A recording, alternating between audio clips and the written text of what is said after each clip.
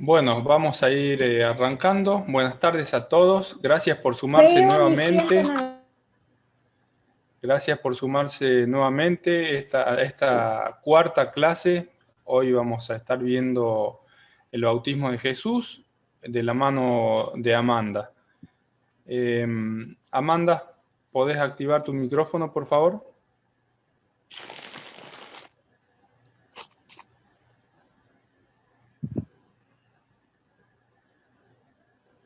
Ahí está. Bien, perfecto. Arranque nomás, Amanda. No, primero tiene que arrancar María Elena. Ah, María Elena. Perdón. Que habilite el micrófono. Bueno, Ahí está. muy bien. Buenas tardes a todos. Este curso de Jesús a los Evangelios vino a llenar un vacío en el grupo de encuentros bíblicos en la parroquia. Y parece haber abierto una puerta a la palabra de Dios a algunas personas que quizás no lo hubieran encontrado en circunstancias distintas. Por eso, nuestra oración de inicio será una oración de acción de gracias. Nos preparamos para ella en el nombre del Padre, del Hijo y del Espíritu Santo. Amén. Amén.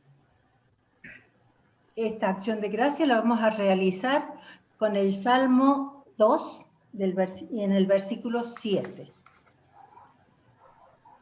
Con gran alegría nos disponemos a compartir tu palabra, Señor.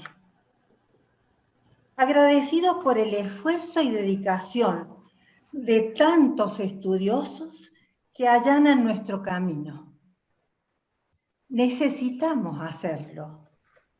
Las palabras del salmista nos hacen tomar conciencia y responsabilidad de ello cuando dicen: voy a anunciar la decisión del Señor.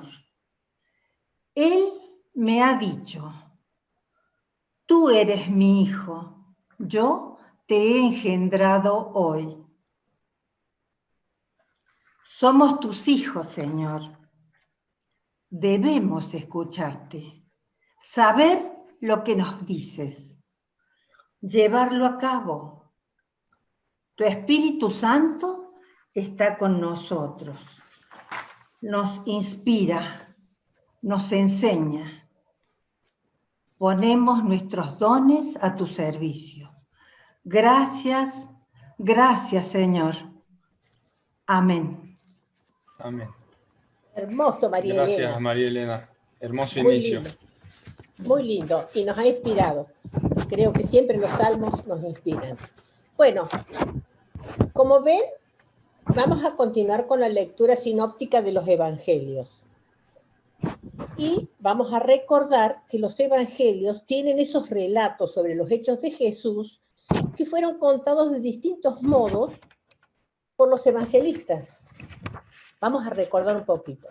No lo adaptaron porque les resultaba más cómodo, ni por el afán de alterar la verdad, sino porque inspirados por Dios. Y recuerden también que las clases anteriores, cuando leíamos la Dei Verbum, decía que los verdaderos autores de la Biblia, de los libros de la Biblia, son Dios y el hombre. Entonces, Dios es el inspirador, el que ha dejado su espíritu, es el pedagogo, y el hombre es el que escribe a su manera para que entienda la comunidad a la cual se dirige. Eso se ve bien clarito porque escriben de esa manera los evangelistas. Sin distorsionar la verdad, sin cambiar el mensaje, ni modificar lo esencial, cada autor supo acomodarlo para que los lectores pudieran comprenderlos y aprovechar muy bien su riqueza. Conservando ese relato original, cada uno amoldó según las necesidades de sus destinatarios. Ahora vamos a ver.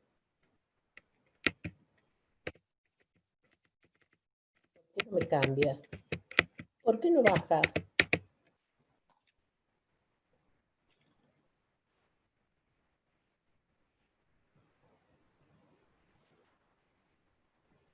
Un momento.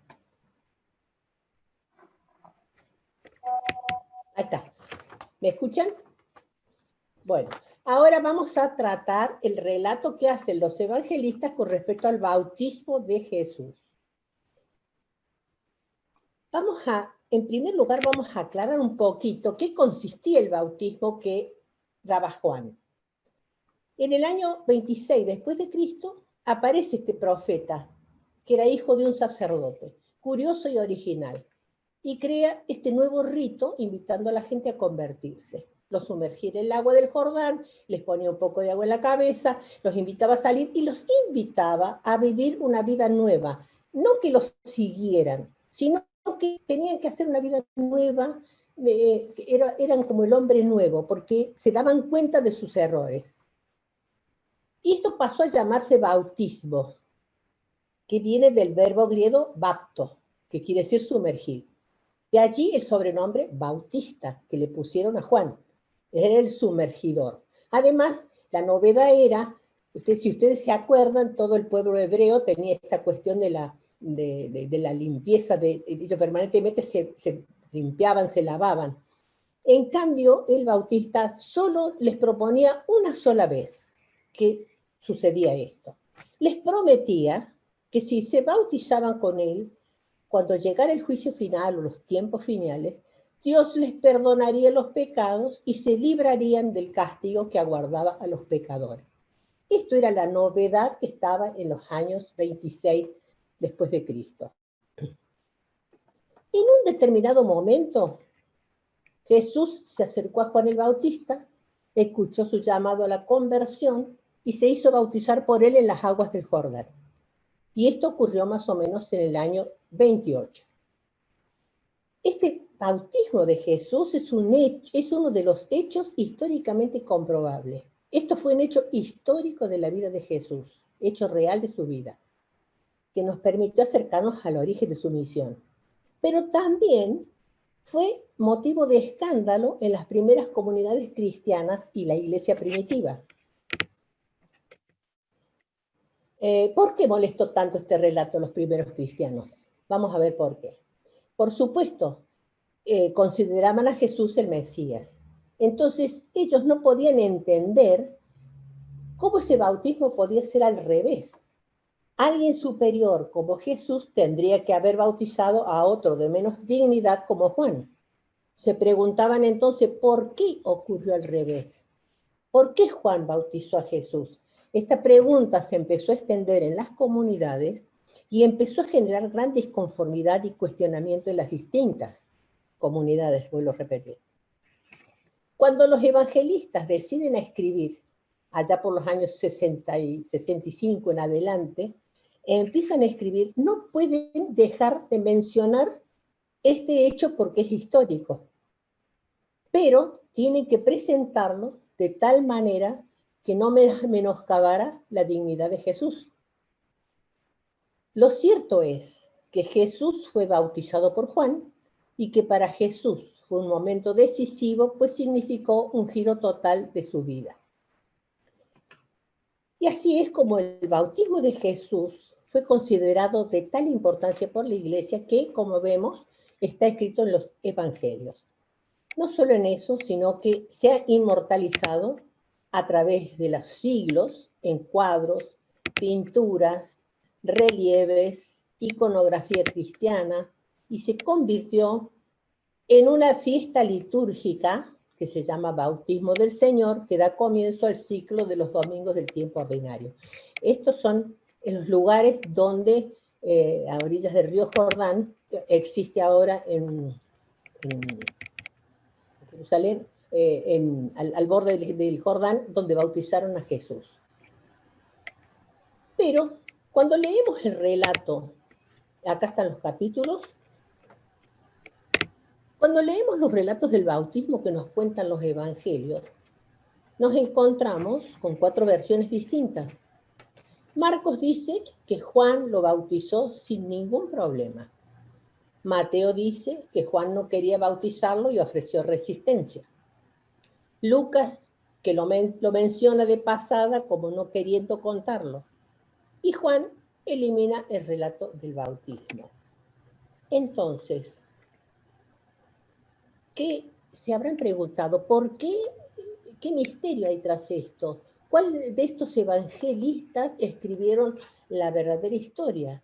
¿Qué pasó? Y acá sí nos tenemos que entender por qué escribieron de esta manera. Vamos a volver a repetir porque es muy importante la clave de lectura que usaban los hagiógrafos. Ellos no quisieron narrar los hechos históricos simplemente, sino que trataron de transmitir la buena noticia, tratando de sacar las enseñanzas que dejaba, teniendo en cuenta la comunidad a quien escribían, que era su destinataria. Con esta clave de lectura que a veces nos cuesta porque nuestra neurona está en el siglo XXI, es lo que ellos, de esta forma es como ellos escribieron los evangelios. Y aquí está el cuadro comparativo. ¿Quieren que lo leamos? Sí, a ver, Luis, ¿te animás con Mateo? ¿Con Mateo primero? Pueden hablar, puede ser Marcos primero porque Marcos está primero. Marco, para entonces, ¿te animás, Eli, a leer Marcos? Eli o Alicia. La que se anime, active el micrófono. Ahí está. Ya está. Marcos 1, del 9 al 11. Y sucedió en aquellos días que fue Jesús desde Nazaret a Galilea, y fue bautizado en el Jordán por Juan. Siga. Y enseguida subió del agua, vio desgarrándose los cielos y al Espíritu Santo como una paloma bajando hacia él. Y surgió una voz de los cielos: Tú eres mi Hijo, el amado, en ti me he complacido. Muy bien. Bueno, ahora leamos Mateo. Luis. No se te escucha, Luis.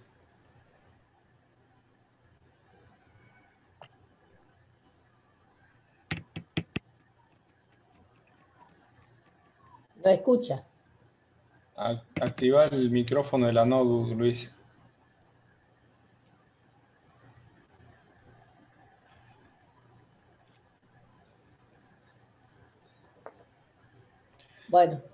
Bueno, Eli, ¿te animas a leer Mateo?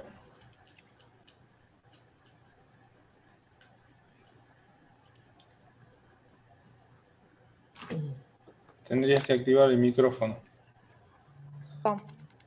Ahí está. Vamos, chicas, vamos. ¿Desde el 17? Desde el 13. Mateo 3, del 13 al 17. Por entonces vino Jesús de Galilea al Jordán para encontrar a Juan y para que éste lo bautizara. Juan quiso disuadirlo y le dijo: ¿Tú vienes a mí? Soy yo quien necesita ser bautizado por ti. Jesús le respondió: Deja que hagamos así por ahora. De este modo respetaremos el debido orden. Entonces Juan aceptó. Una vez bautizado, Jesús salió del agua. En ese momento se abrieron los cielos y vio al Espíritu de Dios que bajaba como una paloma y se posaba sobre él. Al mismo tiempo se oyó una voz del cielo que decía: Este es mi Hijo, el amado. Este es mi elegido. Muy bien. Ahora leamos Lucas. ¿Quién se anima a leer Lucas? María Elena, por favor, ¿podés leer Lucas? Activa tu micrófono.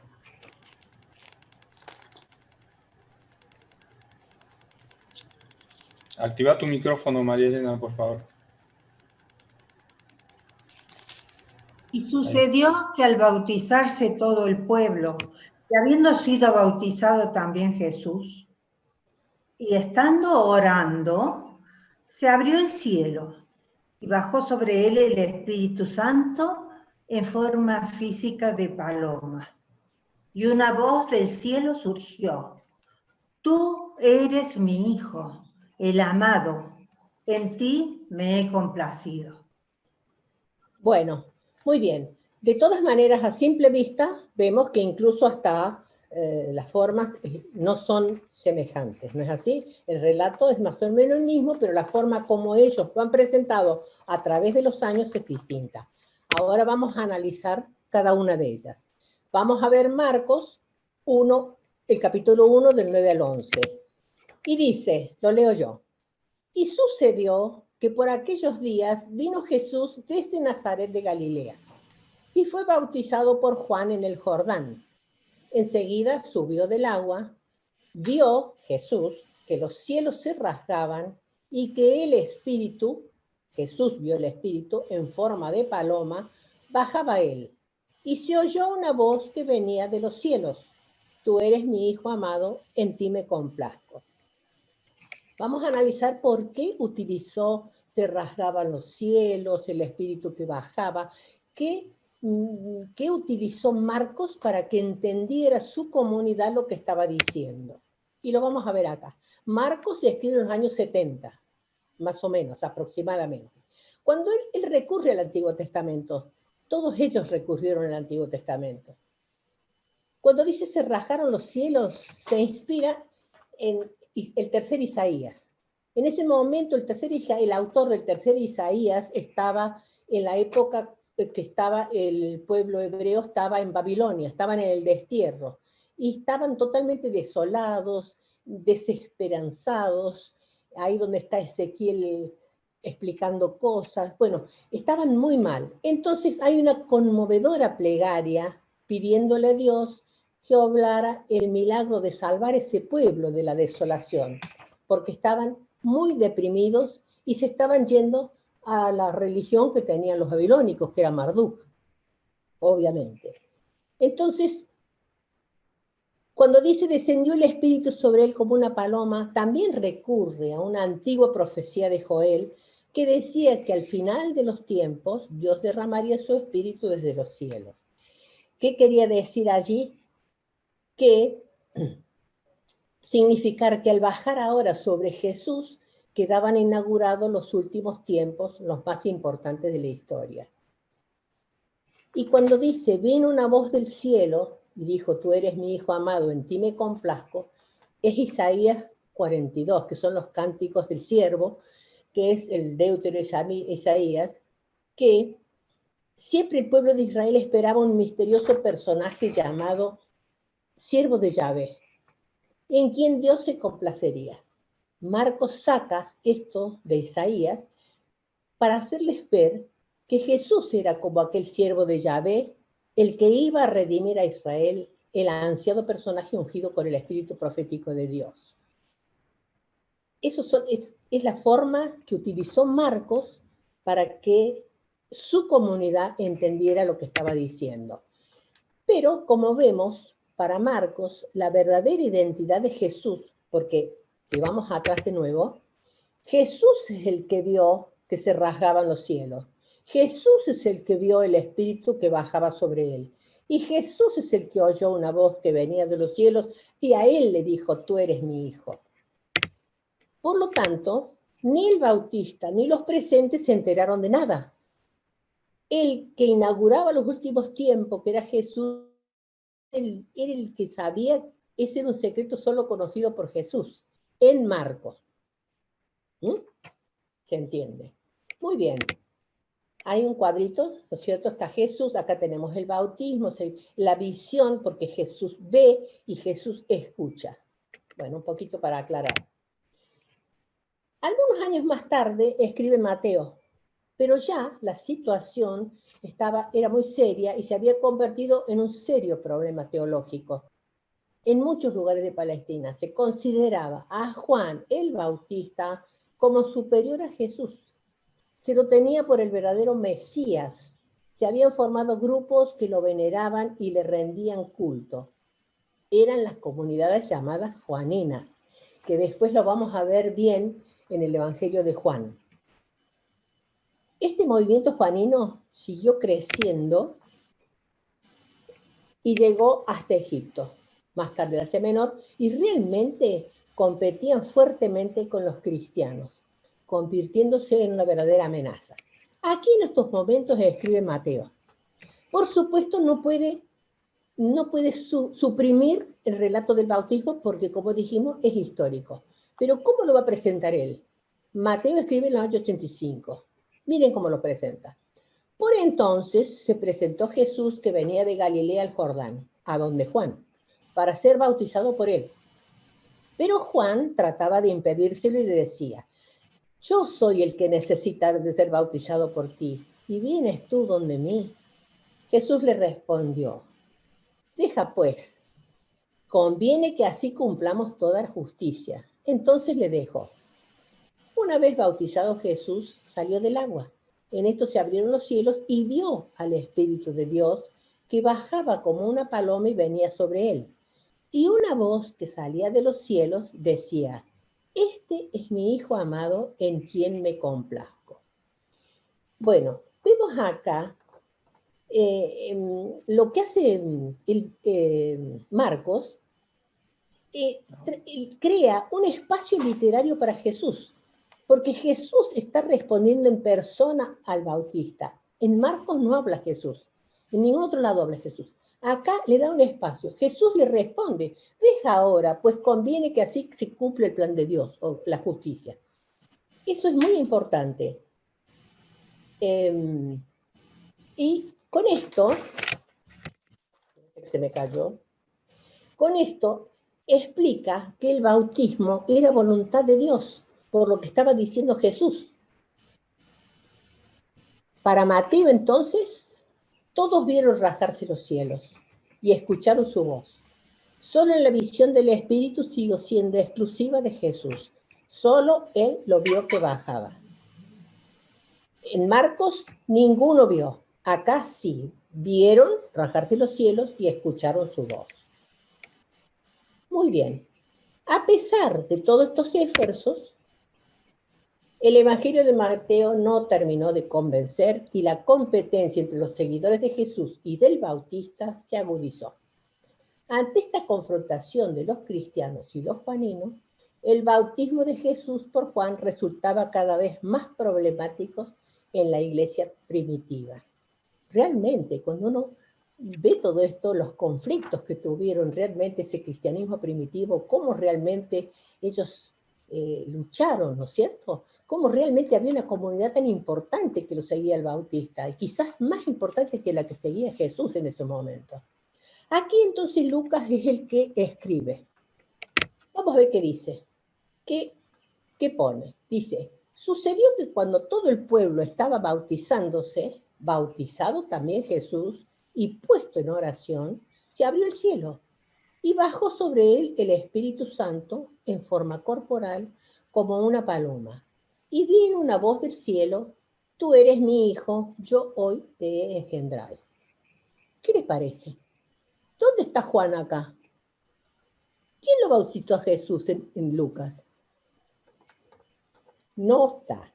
Bueno, Lucas realmente, ¿qué hizo? Escribe en el año 90 aproximadamente. Dice que cuando todo el pueblo se estaba bautizando, se bautizó también Jesús. No menciona quién. ¿Por qué? Porque en el versículo anterior está diciendo que Juan estaba preso en la cárcel por orden del rey Herodes. Por lo tanto, no pudo ser Juan quien lo bautizara. Pero añade una modificación que cambia todo. Jesús está en oración. ¿Qué quiere decir con esto? Le da el protagonismo a Jesús. Con ello intenta desviar la atención del rito mismo del bautismo para centrarla únicamente en la figura de Jesús. Realmente es maravilloso cómo lo pone en primer lugar. Entonces, para Lucas, todo el pueblo presente no solo ve los cielos abiertos y oye la voz de Dios, sino incluso ve el Espíritu Santo descendiendo sobre Jesús en forma corporal de palabra. Solo que le da a Jesús, porque está en oración que provoca ese bautismo, le da el protagonismo. Y con esto dejaba bien en claro que Jesús era superior a Juan, y era el centro y la cumbre de toda la escena. Y si ustedes se recuerda cuando lean Lucas, en los primeros capítulos Lucas literalmente usa mucho los paralelismos. Siempre cuenta los mismos relatos y pone paralelo lo que hace Jesús y lo que hace Juan. En los primeros capítulos que hablan del nacimiento, de circuncisión, de, bueno, todas las cosas que les pasa a Jesús, a la par, en forma paralela está lo de Juan. Pero a Jesús le dedica 20 versículos y a Juan 2. Realmente se ve que el problema que tenían social y en ese momento con respecto a la comunidad juanina era muy, muy importante y estaban en una pelea dura contra esto. Muy bien, acá estaría este cuadrito donde estaría que todos están viendo, ¿no es así? Muy bien. Y como no importa que Juan, el Evangelio de Juan no es sinóptico, eso ya lo sabemos, pero como de todas maneras ustedes van a preguntar, y bueno, ¿qué pasó en Juan? Bueno, cuando se compuso este Evangelio, que es el cuarto, que es en Éfeso, esas comunidades eran muy fuertes. Entonces Juan decide cortar por lo sano, ¿y qué hace? Eliminó el relato del bautismo. Es el único que no lo menciona. Tan es así, si ustedes van a ir, yo después tiene el apunte que les va a llegar también, fíjense después en los capítulos que están anotados allí, cómo Juan se siente obligado a afirmar que el Bautista no era ni la luz, ni era Mesías, ni era Elías, no hizo milagros. Y cuando tan fervientemente ponía esto, era porque es una muestra clara de que en esa época había gente que pensaba todo esto de Juan y no de Jesús. O sea que realmente era una comunidad muy importante. Solo lo supone, dice, cuando dice que un día Juan el Bautista vio venir de lejos a Jesús y dijo a la multitud, ese que viene ahí es el Cordero de Dios que quita los pecados del mundo. He visto al Espíritu que bajaba del cielo como una paloma y se quedaba con él. Eso te va. Sobre el conflictivo problema del bautismo, el evangelista prefirió guardar un prudente silencio. Y esto pusimos que nos gustó mucho para reflexionar, que todos reflexionemos sobre esto, porque esto pone Ariel, que es donde hemos sacado muchas cosas, Ariel Álvarez Valdés, y dice, esta forma en la que predicaron los primeros evangelistas es la que deberíamos hacer nosotros. Tomar los hechos que leemos en las Sagradas Escrituras y si para los demás, los que están alejados de la fe, resultan incomprensibles, no salir a repetirlos como están, sino más bien hacerlos carne, amoldarlos a nuestra vida, asimilarlos, yo agrego, meterse en ellos, aprender de ellos, estudiar por ellos, entenderlos y solo después difundirlos, convertirlos en testimonios de amor, que son los gestos comprensibles por todos los miembros de la comunidad.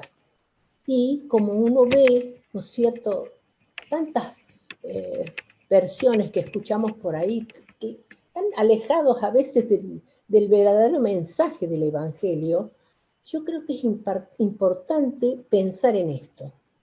A veces esa mirada superficial o esa lectura superficial nos lleva por otro camino.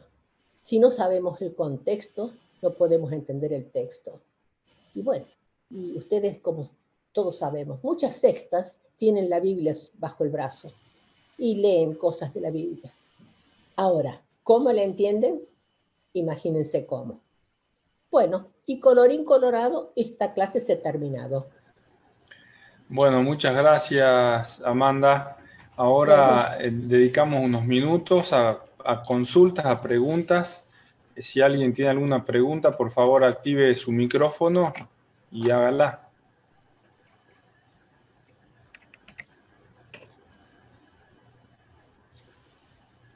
Bueno, voy haciendo yo una consulta primero. La pregunta que tengo yo es, ¿por qué iniciamos relacionando los evangelios con el Antiguo Testamento? En este caso creo que era Isaías. ¿En Marcos? Pone las primeras, A ver, espera. las primeras diapositivas. Espera que borre esto.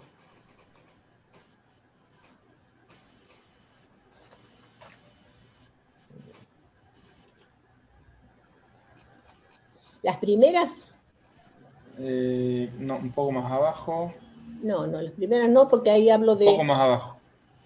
Del bautismo. Después de Marcos, sería Marcos, claro. sí. Ah, claro, es Marcos, sí. Marcos. Más abajo. Ah, sí, en Marcos, perdón. Ahí. ¿Eso? Espera que abra. Sí.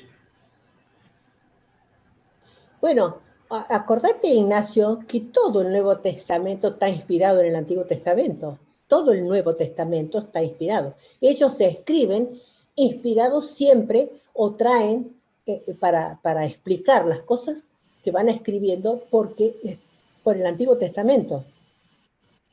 Por eso, además, ellos lo conocían perfectamente, porque desde que nacía el niño en la mesa, en la escuela, donde estuviera, le estaban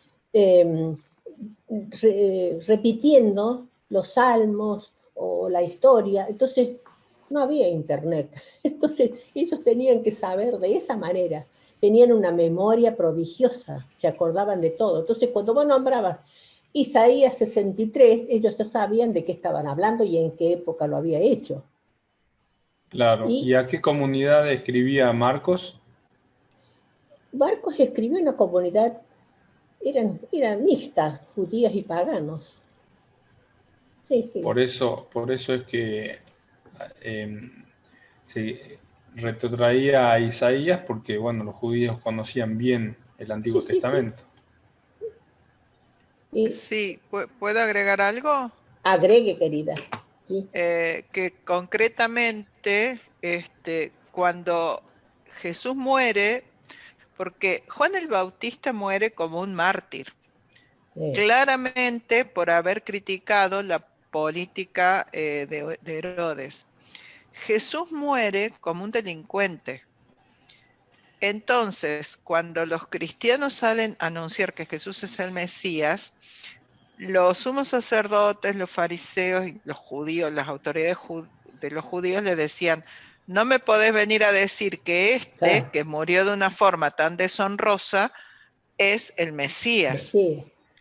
Entonces ellos tenían que demostrar que Jesús era amado por Dios y que la manera de morir de Jesús estaba dentro del plan de Dios.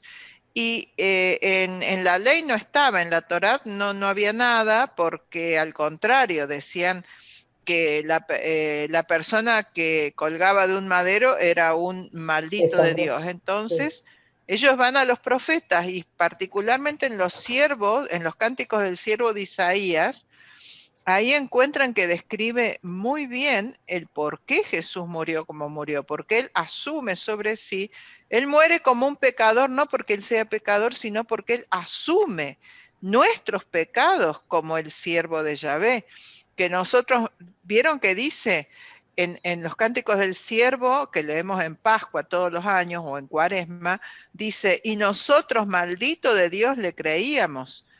Entonces, por eso recurren a esos cánticos de Isaías, a esos textos de Isaías y de otros profetas. Están en Isaías después del 40. Isaías 40 en adelante. Ese es el motivo en que los cristianos salen a predicar con el Antiguo, y con eso lo convierten a Pablo, ¿eh? Claro. Ojo, que con ese argumento Pablo se convierte al cristianismo. Claro, porque ahí tiene el fundamento y la explicación. Sí. ¿Alguna otra consulta? Y ahí, Ignacio, ¿puedo decir algo? Sí. ¿Me escucha? No. Sí, se escucha. Está muy lindo ahí en la Dei Verbum, que nos citamos en encuentros anteriores, en el punto 16, cuando habla de la unidad de ambos testamentos. O sea, siempre tenemos que tener presente esta unidad que hay entre el Antiguo y el Nuevo. Cuando dice: Dios, que es quien inspiró y que es autor de los libros de ambos testamentos, dispuso las cosas tan sabiamente que el Nuevo Testamento está latente en el Antiguo y el Antiguo está patente en el Nuevo. Yo creo que es con eso, ¿no? Tenemos la seguridad de que los dos testamentos fueron inspirados por Dios y que Dios es el autor de ambos, ¿no? Lo digo para citar un documento, para fundamentarnos en el documento de la Iglesia, en la Dei Verbum, ¿no? Claro, Sí, ¿te acordás, Anita, que cuántas veces nos dijeron, los teólogos que hemos tenido la oportunidad de ver, que la lectura de la Biblia es transversal? No decimos leemos el Antiguo, o sea, desde la primera hoja a la última es transversal. Una cosa se conecta con la otra. Y Totalmente. es efectivamente así. Totalmente, es así, sí. Por eso hay una estrecha unidad entre ambos testamentos. Sí, Alberto. Yo quiero, a ver si Amanda me puede poner la diapositiva. ¿Cuál? Figura que solamente el Hijo de Dios vio, lo escuchó el Padre, vio cuando se abría el cielo. ¿Podés ponerla, Amanda, por favor? La de Marcos. Eso. Marcos, ahí está. Sí. ¿Eso? ¿Alberto Sí, ese? No. La otra en donde dice que solamente el Jesús vio, que escuchó y vio. Entonces debe ser Mateo. A ver. No, debe ser Marcos, Amanda. No, Marcos. dijo que no. Es lo que dice. Perdón, es Marcos. Es un Marcos.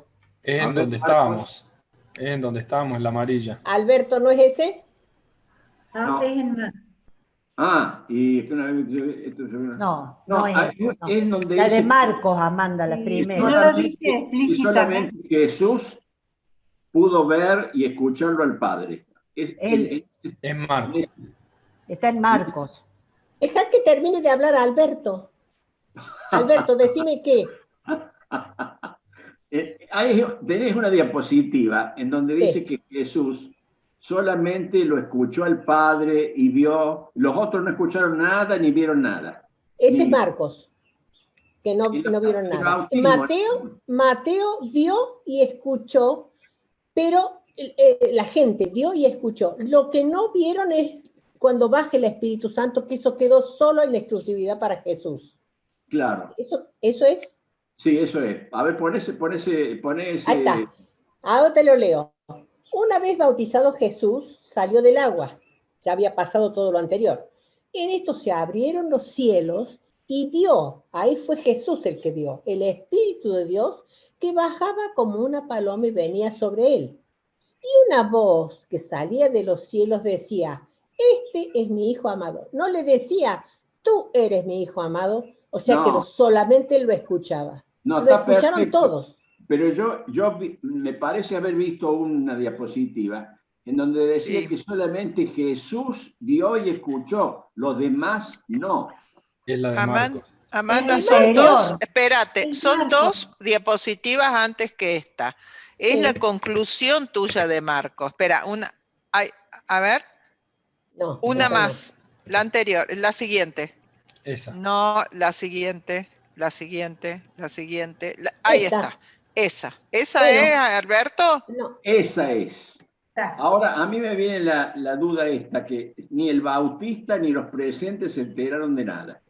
Si ni el bautista, no es para cuestionar, sino para instruir, para saber. Si ni el bautista ni los presentes se enteraron de nada.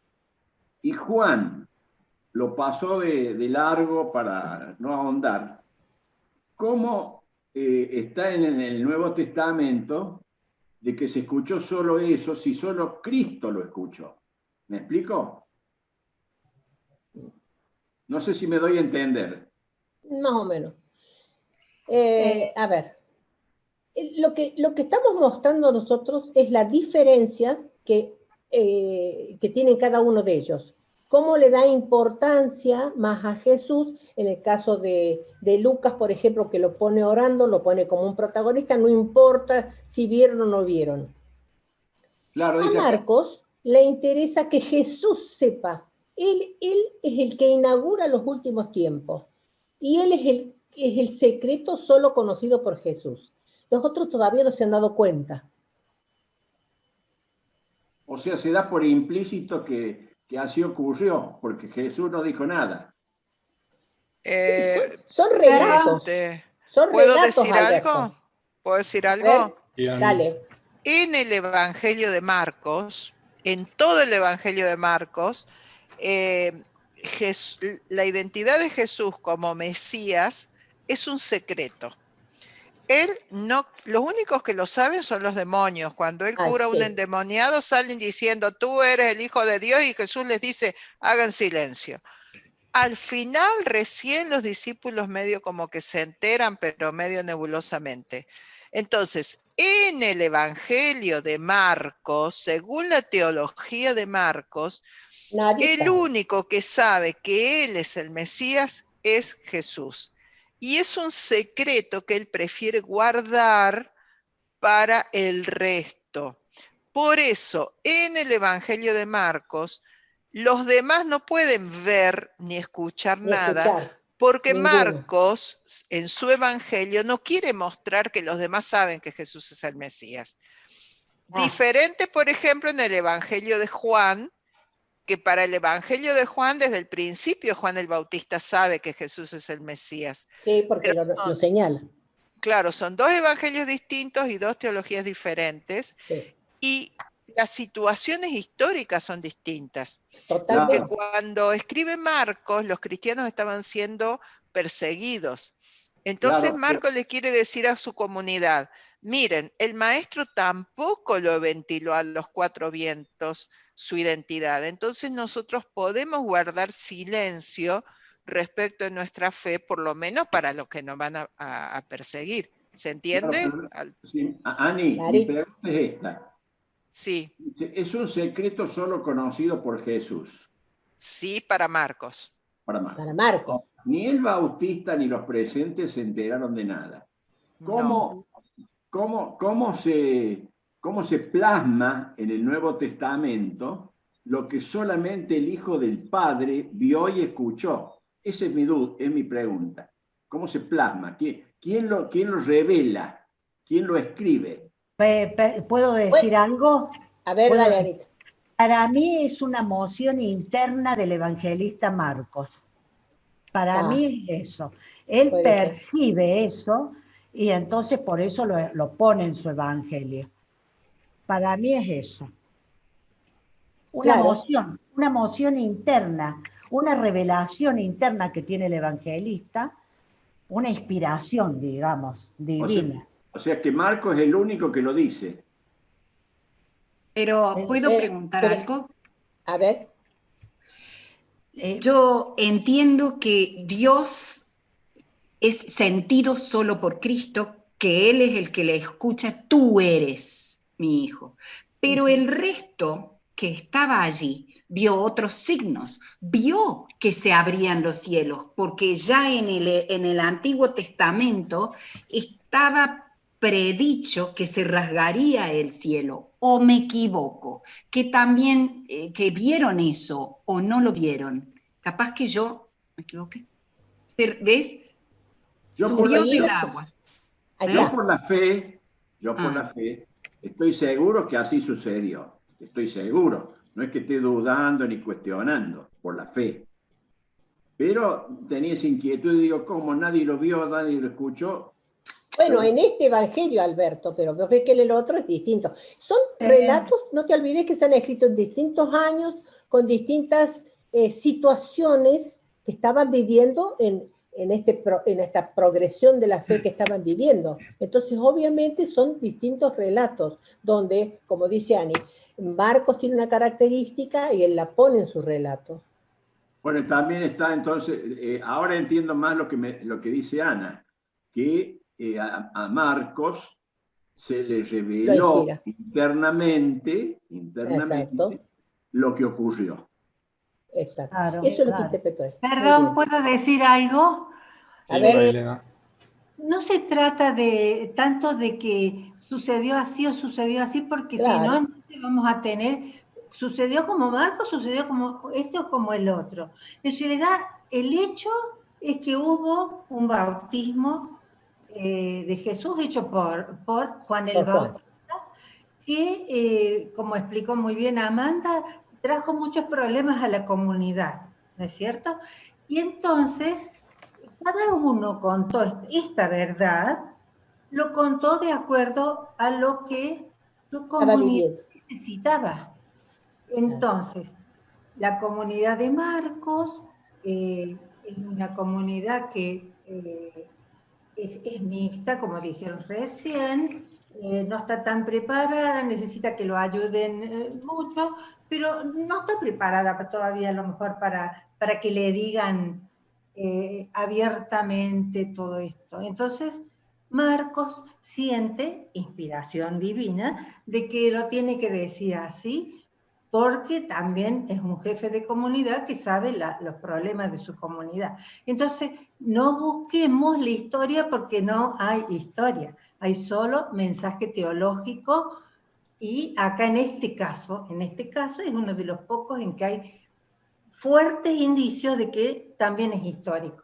Pero Y en realidad cada uno de nosotros contaríamos un hecho, sí. cualquier hecho de la vida, si lo contáramos los que estamos hablando ahora, lo contaríamos de modo diferente porque le veríamos distintos ángulos, estarían nuestros intereses de distinta manera y capaz que contáramos algo lo más banal con distintos detalles. Así que también eso pasa, ¿no? Aparte de la progresión que también hay en la revelación siempre, ¿no? Además, María Elena, además, no nos tenemos que olvidar cuando yo dije, ahí funciona nuestra neurona del siglo XXI, que no podemos retrotraernos allá, nos cuesta mucho, porque ahora apretamos un botón y tenemos todo. Estos agiógrafos, recuerden y pónganselo bien en la cabeza, no quieren narrar hechos históricos. No es que Jesús se paró acá, le puso a la paloma, no. No, está narrando simplemente, tratan de transmitir la buena noticia, tratando de sacar las enseñanzas que dejaba, para que esa comunidad entendiera.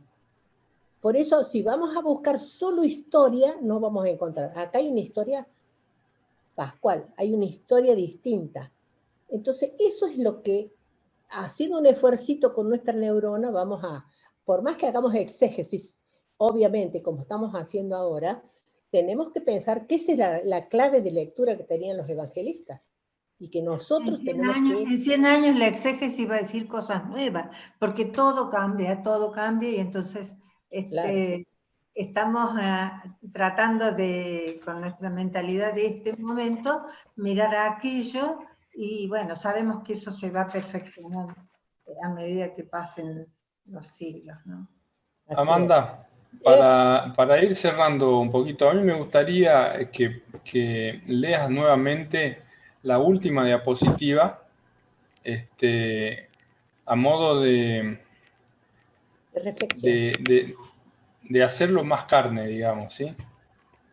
Bueno. La última de todas, que es la de la reflexión. Anita, ¿me estás escuchando? Sí, te escucho, Amanda. ¿Te acordás, Anita, que los otros días cuando estábamos estudiando, yo leí esta parte, pero vos tenías una reflexión final? ¿La tenés o te acordás? Ah, bueno, pues sí, puse, Bueno, ¿no? Porque, yo leo esta primera parte y vos terminás con lo otro. bueno, dale. Bueno, ahí vamos. Es para que reflexionamos todos. Esta forma en la que predicaron los primeros evangelistas es la que deberíamos hacer nosotros. Tomar los hechos que leemos en las Sagradas Escrituras y si para los demás, los que están alejados de la fe, resultan incomprensibles, no salir a repetirlos como están, sino más bien hacerlos carne, amoldarlos a nuestra vida, asimilarlos y solo después difundirlos, convertirlos en testimonios de amor, que son los gestos comprensibles por todos los miembros de la comunidad. A ver, Anita, si tenés anotado Sí, ahí. No, decía yo que en este caso el episodio del bautismo de Jesús me lleva a pensar que un día el cielo también se abrió para nosotros y el Espíritu de Dios bajó a nuestro ser más íntimo, susurrando una y otra vez al oído: tú eres mi hijo, yo te he engendrado hoy.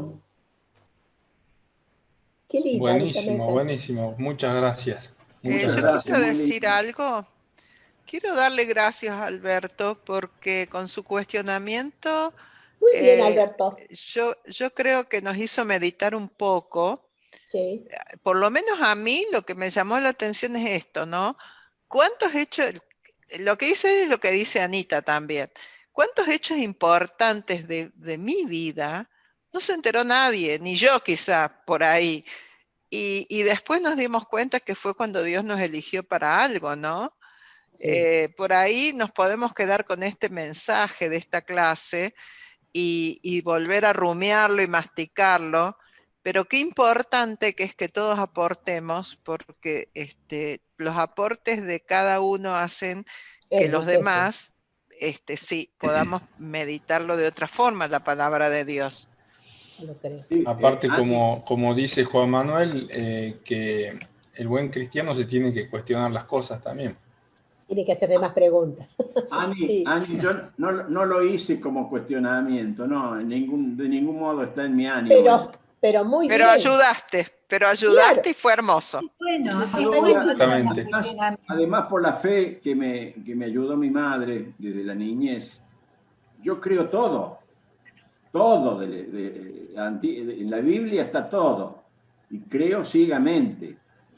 Nadie me va a poder torcer o hacer creer que lo que no está escrito ahí sucedió, porque fue inspiración divina. Es lo más firme que existe en el mundo, además es divino, o sea que, pero esa cosita que me digo, ahora se me esclareció mucho, de que, como dice Ana, fue una inspiración que tuvo Marcos, Claro, cada uno una de ellos. inspiración de Marcos, y ahí me cerró todo, pero no es Claro. que cuestione, no, de ningún modo, por Dios. Amanda, ¿podés dejar de compartir, por favor? Así aparecen todas las cámaras. Sí, ya Bueno. dejé de compartir. No, No. dejaste de compartir. Todos estamos viendo tu pantalla. Ay, sí, déjame, espera. Bien, Ahí bien, está. Ahora sí. ahí nos vemos todos. Ahí nos Ahí vemos nos todos. vemos. Bueno, gente, muchísimas gracias a todos los que se Esperen, sumaron. ¿qué mensaje Y no tenemos vas a que avisar dejarle? de la otra, ¿de cuál es la Sí, sorpresa? sí, hija? paciencia, no sean Ay, ansiosas, ya está por chicas. decir. Las tengo que atar a la silla para que no se desesperen. Bueno, estaba